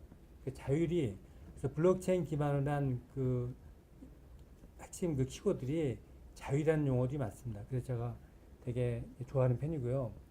그다음에 이제 아까 이제 교수님도 4차 산업 얘기하시면서 저도 4차 산업을 바라볼 때 많은 사람들이 이제 산업에 국한되지 않고 경제사회 전반까지 변화시킨다고 했을 때 초고속, 초실감 그런 표현을 많이 쓰는데 만약에 블록체인이 탑재된다면 거기에 플러스 알파가 초신뢰가 되지 않나.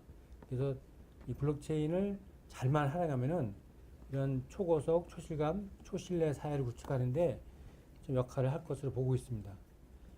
두 번째로 말씀드릴 거는 이 블록체인의 이제 기술적인 문제, 여러 가지 문제점이 많죠. 지금도 확장성 문제 때문에 계속 그 비트코인 같은 거는 지금 그 BIP 여러 제안들이 지금 오고 가고 실행하는 과정에서 예를 들면 소프트포크, 하드포크 과정에서 지금 비트코인 가격도 출렁거리고 상당히 혼란을 주고 있습니다. 어쨌든 이런 문제들이 많이 있지만 그럼에도 불구하고 아시다시피 제가 블록체인을 공부한 지 한 3년 되는데요. 3년 전, 2년 전, 1년 전, 금년 봤을 때는 엄청나게 빠른 속도로 파고들고 있습니다. 이런 문제점에도 불구하고. 그래서 그 암호화폐뿐만 아니라 공공보안, 산업응용, 거래결제 확대되고 있는데 저희가 대한민국이 ICT 강국이라 하는데 이 ICT 강국의 힘을 좀 더 애드시킨다면 좀 좋지 않나, 좀 더 활성화되지 않나 그런 생각을 해봤습니다. 여러분 아시겠지만 이더리움은 지금도 완성품이 안 나왔습니다. 지금 3년째 개발 중에 있고 내년 뒤에 최종 제품이 나옵니다. 이더리움이. 그 다음에 리플은 쟁쟁한 인력만 한 150명 됩니다. 또 대개 이제 암호화폐 쪽에 홈페이지가 다 있는데 가보시면 거기에 근무하신 분들의 커리어 같은 거 나오는데 제가 볼 때 상위권에 있는 그 암호화폐의 커리어들은 정말 대단합니다. 정말 천재이거나 세계적인 그 실력자들이 많이 포진되어 있는데 그런 사람들이 50명, 100명, 150명 이렇게 한 거 보고 저도 많이 놀랐고요. 특히 아까 그 이제 기술적인 문제들, 예를 들면 이제 개인정보 관련된 것도 저도 부정적으로 보고 있습니다만 개인정보를 최근에 이제 영지식 증명 같은 거를 그 기술의 블록체인에 탑재시킨다면 좀 더 지금보다 훨씬 강화된 개인정보가 된다 해서 제트캐시라는 게 나와서 지금 계속 개발되고 있고요. 또 비트코인 같은 경우 지금 초당 그 트랜잭션이 3 내지 7건이고 이더리움 같은 거는 10 내지 15건인데 예를 들어서 샤딩 기술이 이제 완성도가 높아지고 이런 플랫폼에 적용이 된다면 초당 10,000건까지 처리할 수 있습니다. 기술적으로는. 그래서 그게 언제 사용해야 될지 모르지만 어쨌든 그 기술적 가능성이 일어났기 때문에 지금의 다소 문제점도 있지만 이런 것들이 ICT 기술과 다른 기술과 접목된다면 좀 더 그런 문제들을 해결하는 데 도움이 되지 않나 해서 저는 좀 기술 개발이 필요하다고 보고 있고요. 마지막으로 드리고 싶은 말씀은 이제 암호화폐 쪽인데 저는 가급적 그 가상화폐라는 말을 잘 안 씁니다. 제가 이거를 공부하면서도 도대체 얘는 그 어디에 위치해 있는가를 봤을 때 우리가 실물화폐 또는 뭐 주저화폐, 신용화폐, 전자화폐, 가상화폐, 암호화폐 용어들이 너무나 많죠. 영어로도 많죠. 버추얼 용어도 쓰고 또 크립토 커런시, 크립토도 쓰고 또 실물화폐에서 이제 캐시, 피아트, 머니 용어들이 너무나 많습니다. 그래서 저 나름대로 정리해보고 또 IMF에서도 정리한 기준이 있습니다. 거기에 의하면 사실 우리가 쓰는 용어는 엄밀히 말하면 암호화폐가 더 적합합니다. 그러니까 가상화폐는 암호화폐를 포함하고 있고 우리가 마일리지 같은 걸 받거나 어떤 서비스를 받고 나서 디지털 형태의 쿠폰을 받으면 그것들도 가상화폐 범죄에 포함시킬 수 있거든요. 그래서 우리가 아는 비트코인, 이더리움, 뭐 리플 등등 이런 것들은 그런 의미의 그 가상화폐보다는 좀 더 암호화폐 쪽에 가깝지 않나 이렇게 보고 있고요. 그래서 이런 그 암호화폐는 그리고 또 암호화폐는 또 화폐이면서 플랫폼이면서 프로토콜이고 인터페이스입니다. 단정적으로 암호화폐는 코인이다라기보다 지금 이영환 교수도 말씀하셨지만 현재 코인의 수가 수천 개가 넘습니다. 특히 이제 거래소에 등록돼서 나온 코인들은 제가 어제 보니까 한 880개 정도 되는데요. 그 많은 코인들을 지금 단순하게 해놨는데 분류를 하자면 어떤 거는 코인이고 어떤 거는 코인이면서 플랫폼이고 어떤 건 코인이면서 프로토콜이고 인터페이스고 이렇게 다시 구분해야 될 형편입니다. 아직은 연구 안 됐습니다만. 그런데 이런 그 암호화폐가 왜 생기고 자꾸 커지고 사람들이 관심 받는 것인가 저도 개인적으로 생각을 해봤습니다. 제가 그 암호화폐를 볼 때 일부러 제가 좀 돈을 좀 준비했습니다. 지금 US 달러, $1 가져왔는데 과연 이것을 누가 보증할까요? 미국 그 연방준비에서 FRB에서 보증할까요? 아니면 미국 대통령이라든가 이 국가에서 보증합니까?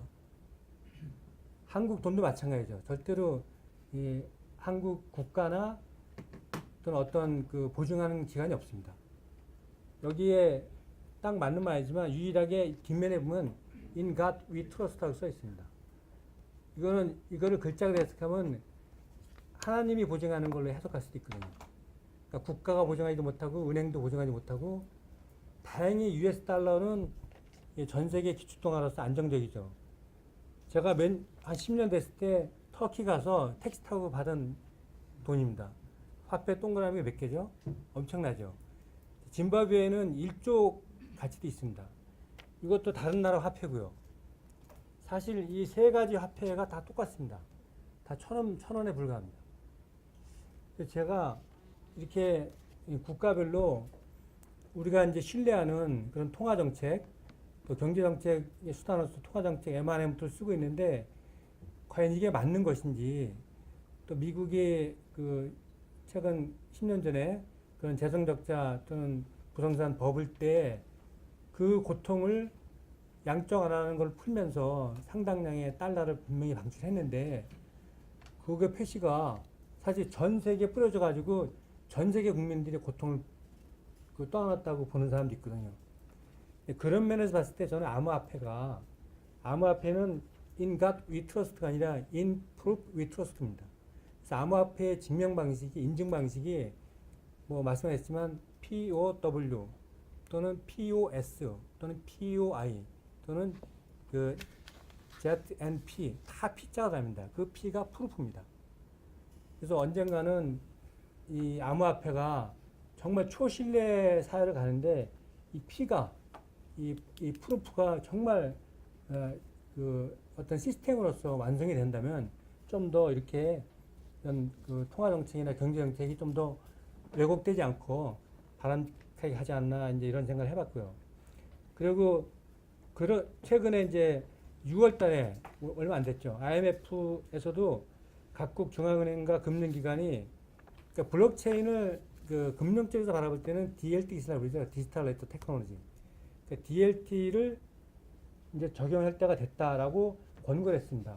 공식 보고서를 홈페이지에 있는 걸 다운받아서 읽어보니까 그래서 점진적으로는 이렇게 이런 그 암호화폐 내지는 블록체인이 확산 과정에서 이런 장점도 있고 단점도 있고 또 이런 해커들이라든가 그런 데 문제점도 있고 또는 이런 그 마약이라든가 불법 매매 수단을 쓰이다 이런 것들이 있음에도 불구하고 좀 더 향후에는 신뢰 사회를 구축하는데 좀 더 공정한 사회를 구축하는데 이 기술이 필요하지 않나 이렇게 보고 있습니다.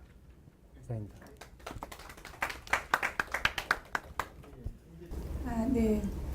저는 산업 네, 현업에 있는 사람의 입장에서 조금 더 현업의 상황이나 이런 부분을 연결시켜서 조금 제가 아는 대로 말씀을 드리겠습니다. 앞서서 그 두 분의 교수님과 또 임명환 연구원님께서 블록체인과 전자화폐에 대한 표준 제정이 필요하다라고 말씀하시는 건 저희 당연히 동감을 하고요. 저희 그 회사의 기술 쪽을 담당하시는 기술이사님께 제가 여쭤봤어요. 내가 오늘 가서 토론 때 말씀 좀 해야 되는데 어떻게 말씀드리는 게 좋으나요? 그때 이미 앞에 이영환 교수님 말씀하신 거랑 같은 생각을 하시더라고요. 물리학 가속기 센터처럼 초고가용성 블록체인 센터를 하나 만들어야 된다. 뭐 이런 말씀을 저한테 해주시더라고요. 그리고 또 하나는 사이버 화폐에 대한 정의가 빨리 명확해져야 된다. 뭐 이런 부분들. 그러니까 다른 나라는 뭐 공식 화폐로 인정하는 나라도 있고 또 아니면 이거를 상품권으로 보는 상품권이나 아니면 상품으로 보는 나라도 있고 해서 소비자들이나 아니면 기업이 정확한 기준에 의거해서 움직이는데 우리는 아직도 이 사이버 화폐에 대해서 블록체인 기반의 어떤 크립토 커런시에 대해서 정확한 기준을 세우지 않고 있는 부분에 대해서 빠르게 세워야 되지 않느냐. 이 부분이 계속 불명확하게 되면 그 사입이라고 한 표현 맞는지 모르겠는데 좀 신뢰할 수 없는 그런 가상화폐들이 우후죽순으로 생겨나게 되고 그렇게 되면 이게 기술적으로는 완벽할지 모르겠지만 소프트웨어만을 가지고선 마케팅을 해서 또 피해를 보는 소비자들을 계속해서 많이 만들어낼 것이다 라고 그렇게 말을 하더라고요. 그래서 분명히 블록체인은 유망한 기술이 맞는다고는 생각합니다. 그러나 블록체인에만 너무 몰입하는 것보다는 또 그 대안 기술이나 이런 부분에 대해서도 우리가 같이 한번 들여다볼 필요가 있다는 거, 그리고 표준 제정해야 된다. 또 사이버 화폐의 정의가 국가적으로 빨리 만들어질 필요가 있다. 제가 산업에 있다 보니까 아까 이영환 교수님이 주셨던 표에서도 그 가상화폐 아니면 뭐 비트코인 거래소의 가장 탑 랭크돼 있는 그 기업이 1, 2, 2위 뭐 몇 위가 한국이었잖아요. 근데 실제로 보면 그 기업들이 하루에 거래하는 그 거래 물량이 지난 5월, 4월, 5월, 6월에는 한 회사에서 6천억, 7천억, 8천억씩 거래가 이루어졌습니다. 근데 그 6천억, 7천억, 8천억씩 하루에 이루어지는 그 거래량에 대해서 어느 누구도 지금 정부에서도 이 부분에 대해서 어떻게 할 것인지에 대한 명확한 가이드를 지금 계속 제시하지 못하고 있고 반대로 우리 그 국가가 아니면 우리 정부가 얼마나 좀 빠르게 대응하지 못하고 있는지 실예를 말씀드린다고 하면 가상화폐는 아니죠. 우리가 기획재정부나 아니면 금융위 금감원에서 정의를 해주시는 그 소액 외화에 대한 그 해외 송금에 대한 부분들을 핀테크 기업이 할 수 있도록 허용하는 부분에 대해서 사실상 시간으로 본다고 하면 거의 100년의 기간 동안에 은행들이 그 보유한 업무를 하고 있었었고 뭐 제2금융권이나 아니면 카드사조차도 하기가 어려웠던 부분인데 이 부분에 대한 정의를 내리는 게 거의 100년이 걸렸는데 앞으로 우리가 이 블록체인에 대한 거 아니면 가상화폐에 대한 부분들에 대해서 의사결정을 내리는 게 또다시 100년이 걸린다고 하면 우리가 100년 안에 100년 동안에 한국 기업은 아니지만 웨스턴 유니언이라고 하는 100년 된 기업이 한국에 들어와서 이미 그런 소액 외화 이체업을 한국에서는 아무런 제도가 없었지만 잘 사업을 하고 있었던 것처럼 그러나 우리 정부에서는 법이 없었고 그러나 그 기업은 한국에 들어와서 잘 사업을 하고 있었고 우리의 기업들이 그 부분에서 활동할 수 있도록 법을 요청하고 기대하고 있었었지만 지난 뭐 2년 3년간 제시해 주시고 하겠다라는 입장만 발표하고 디테일한 그런 방향에 대한 제시를 하는 것도 실제로 기다렸던 기업들이 막상 그 발표회 가서 보고는 정말 깜짝 놀랄 만한 그런 발표들을 해주셔서 수많은 기업들이 그 자리에서 그 순간 우리는 그럼 포기해야 되겠구나라고 하고 그냥 절망을 하고 돌아가는 그런 상황이었는데 이런 속도로 어떤 의사결정을 하게 되면 블록체인이나 아니면 사이버 화폐에 대해서도 우리 정부가 앞으로 수십 년 내지 뭐 또 다른 100년 후에 이런 결정을 하게 되고 그 사이에 외국 기업이나 뭐 아니면 외국의 정부가 들어와서 우리나라에 와서 사업을 하게 되는 그런 시기가 오지 않을까 이런 부분 때문에 굉장히 빠르게 움직이고 국가적으로 빠르게 대처해야 된다 이런 부분에서 강력한 말씀드리겠습니다. 제가 마침 또 키스텝에 그 과학기술평가 기획평가원에 제가 활동을 하고 있잖아요. 그래서 올해 예산 쪽에서도 제가 활동을 했는데 제가 직접 한 건 아니지만 블록체인에 대한 예산은 여러 예산 제가 좀 한 부분도 있지만 보면 뭐 100억이 넘는 그런 예산 뭐 이런 것들 다 하셨고 뭐 일몰 사업도 있고 했는데 블록체인 예산은 가장 작은 예산이었고 뭐 제가 수치를 말하기는 좀 그렇지만 한 단위였고요. 예, 물론 뒤에는 억 단위긴 하지만 일자 단위였었어요. 한 단위 수억 이랬는데 다른 데는 수백억 막 이렇게 되는데 여기 수억의 단위를 가지고 우리가 올해 예산을 제가 했던 걸로 간접적으로 알고 있어서 그 부분도 굉장히 우려스러웠었거든요.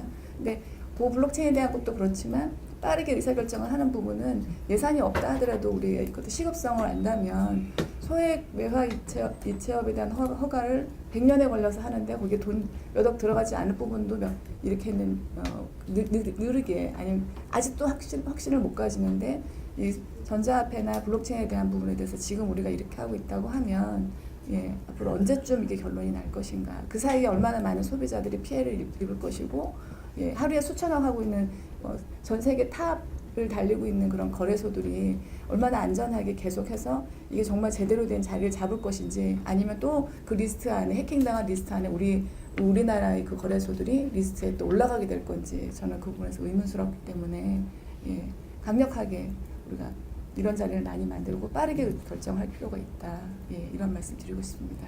예, 감사합니다.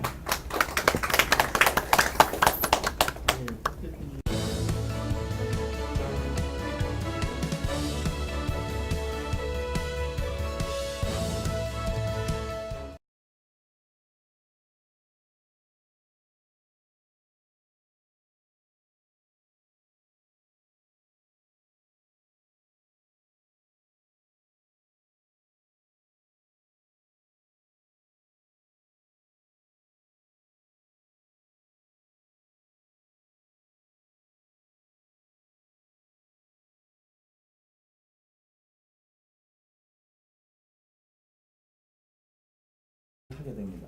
그래서 어쩌면 앞으로 수년 후에는 블록체인 시대의 개막 이런 소재도 등장하지 않을까 하는 생각입니다. 경제적 측면에서는 WEF가 다음과 같이 예상을 했더군요. 2025년까지 세계 GDP의 10%인 한 8조 달러가 블록체인 플랫폼에서 발생할 것이다 라는 전망도 내놓고 있습니다. 미국 나스닥에서 증권 거래에부터 시작해서 정산까지 3일 걸리던 것이 10분에 단축시키는데 성공했다. 이 블록체인 시스템을 활용해서요. 중국 역시 지난해 제13차 5개년 계획에서 블록체인 기술을 국가 정책의 일환으로 지원하겠다라는 발표를 한 바 있습니다. 우리나라 역시 블록체인 이것은 금융업계를 중심으로 해서 이루어지고 있는데 그 논의가 비트코인이나 또는 이더리움 이런 사이버 화폐 중심으로만 관심을 갖고 논의가 되어 있습니다. 그러다 보니 한쪽에서는 투기냐 또는 과열 양상도 빚어지고 있고요. 또한 이런 것이 일종의 위험성도 있고 한계도 있다. 그래서 너무 지나친 환상에서 벗어나야 된 것 아니냐 이러한 경계해야 할 측면도 부각이 되고 있습니다. 오늘 무엇보다도 저희 키스텝에서는 제 소견은 이렇습니다. 이런 블록체인 기술 또는 시스템을 의사결정 과정 또는 정책결정 과정에 활용을 한다면은 상당히 많은 효율성을 찾을 수 있을 것이다. 특히 키스텝이 주관하고 있는 국가연구개발 사업의 기획 그리고 과제의 선정, 자원의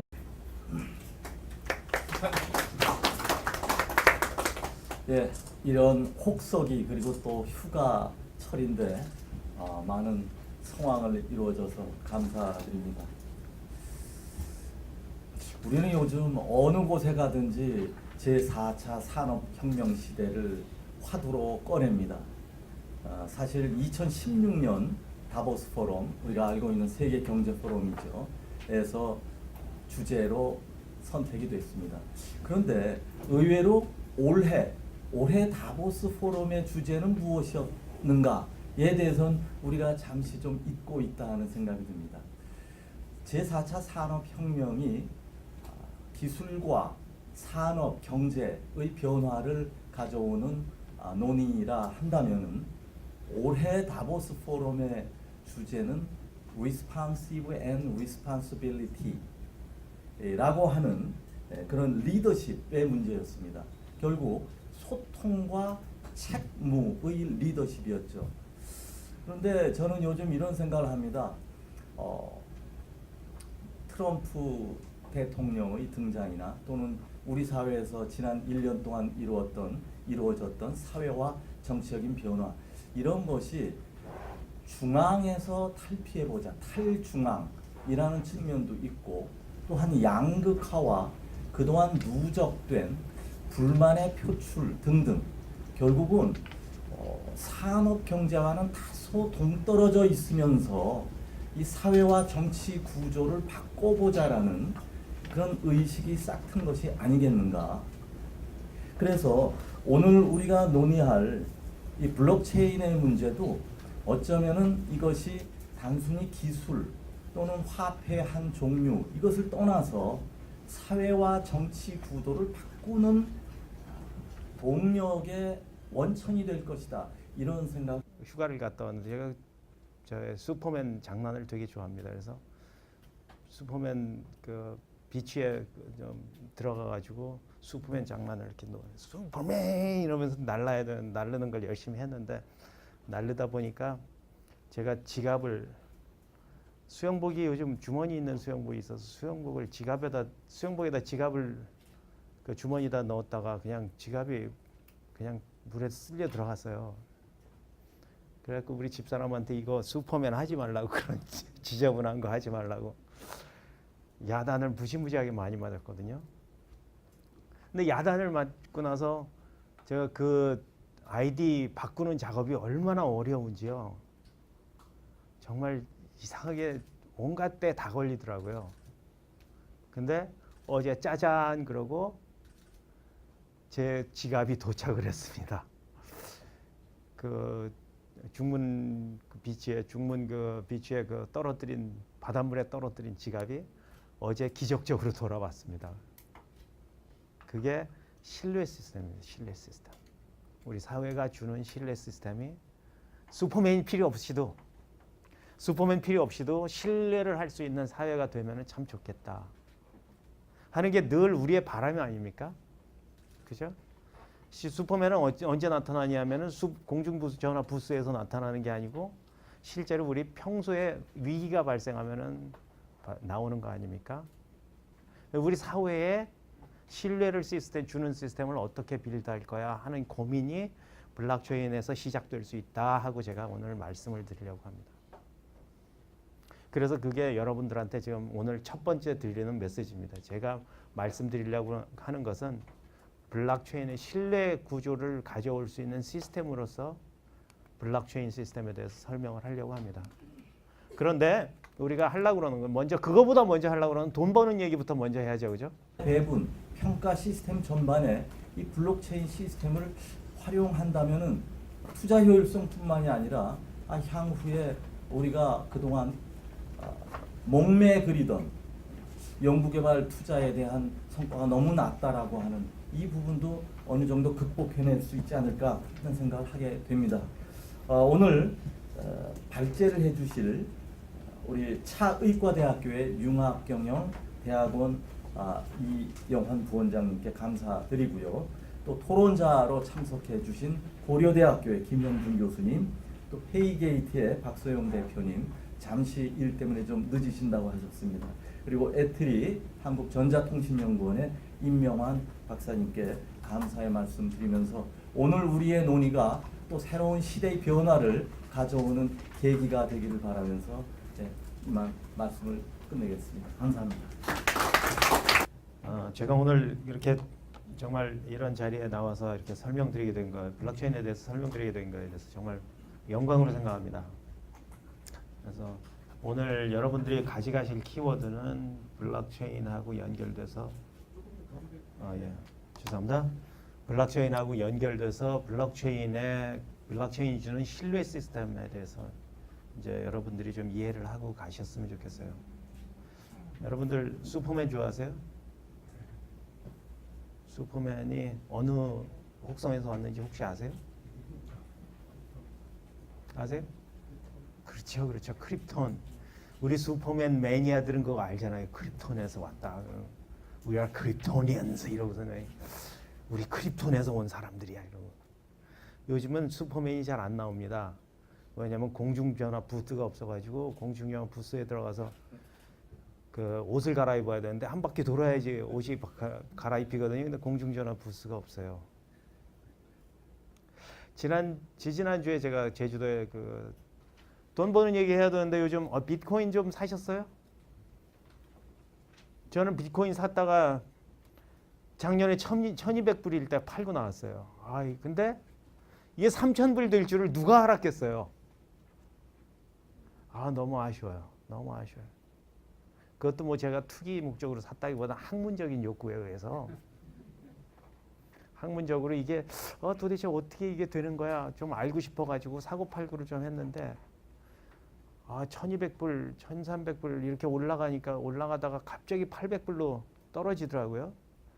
그래서 800불로 떨어지고 나서 이게 이제 팔아야 될 시기인가 보다 하고 200불에 샀었거든요. 그래서 200불일 때 사가지고 지금 1200불이면 얼싸 좋다 그러고 팔고 나왔는데 나중에 보니까 이게 3000불이 되더라고요. 돈 좀 버셨어요? 요즘 이더리움도 비슷합니다. 비트코인, 이더리움. 그거에 대해서 오늘 얘기를 먼저 해야 되는데 그러기 전에 이제 그 돈이 어떻게 되는지는 우리가 지금 나중에 가서 돈에 대한 얘기는 좀 하겠습니다. 그런데 실제로 블록체인은 어떻게 만들어졌냐 하면은 블록체인은 기본적으로 이제 약간에 대해 여러분들이 다 전문가시니까 이런 거 뭐 이미 다 알고 계시지만 제가 약간 이제 설명을 하면은 이 사이버 세상에서 인터넷상에서 돈을 주고받고 싶은 거예요. 돈을 주고받고 싶은데 내가 1, 2, 3, 4 그러고 왜 0101 하고 인터넷에 모든 그 데이터는 0101이니까 0101 하고선 신사임당에 이거 신사임당하고 똑같은 거야. 그러고 5만 원 이러고선 주면은 아무도 안 믿을 거 아닙니까? 그래서 그 뒤에 들어가는 그 시스템을 신뢰할 수 있는 시스템을 만든 게 블록체인 시스템입니다. 간단하게 말해서 그렇습니다. 그래서 실제로 0101하고 돈은 주지 않지만 거래 시스템을 만들어서 거래라는 것을 우리가 다들